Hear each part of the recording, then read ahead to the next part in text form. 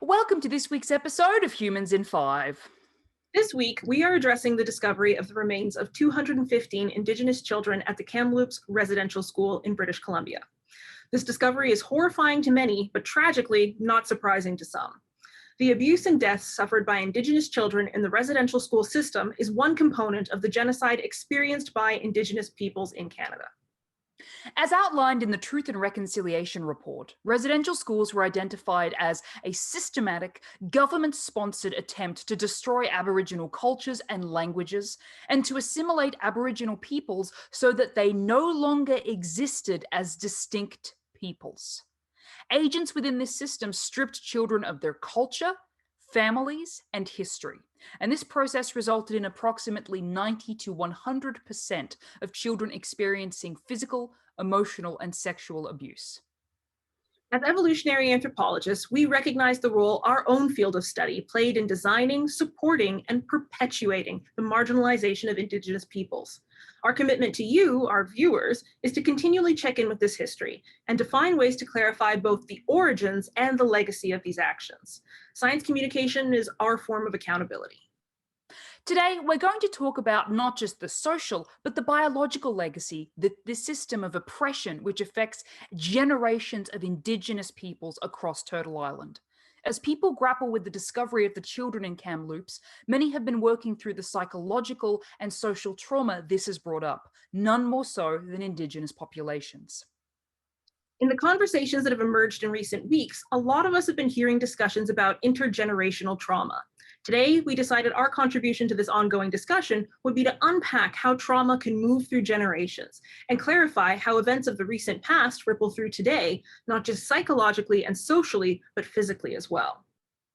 Trauma is a term used to put words to the emotional response that can arise from living through a distressing or terrible event. This emotional response is associated with a stress response. As we've discussed before, this stress can lead to the release of cortisol, a hormone that can have a lot of effects in the body. In the short term, cortisol can help your body mobilize the resources that it needs to survive. But long term, cortisol can lead to a range of later health consequences, like cardiovascular disease and mental illness. Research looking at, for example, Holocaust survivors or those who experienced events like warfare has also demonstrated how this trauma can be passed on from one generation to the next.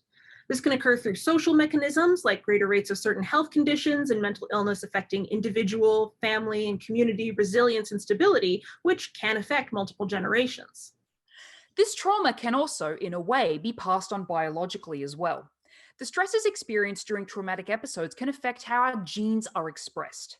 This doesn't mean that we undergo genetic change per se, but that the way our genes are read and interpreted may vary, which can affect our overall health. For example, a few generations after the trauma itself occurred, individuals may still experience higher rates of, for example, cardiovascular diseases.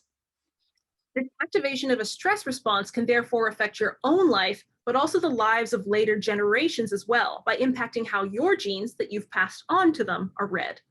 It's mechanisms like these that compound with disrupted social networks to impact up to, for example, 5 or 6 subsequent generations, even if the original trauma is no longer in place. For those experiencing or reliving trauma now, know that we are with you, support you, and will continue in our work advocating for Indigenous peoples. For those learning about these incidents and wondering how events can ripple across the present and into the future, we hope this episode gives you some context into how these colonial acts of genocide can shape people's experiences, not just today, but going forwards as well. Thanks for watching, and we'll see you next time on Humans in 5. And don't forget to subscribe.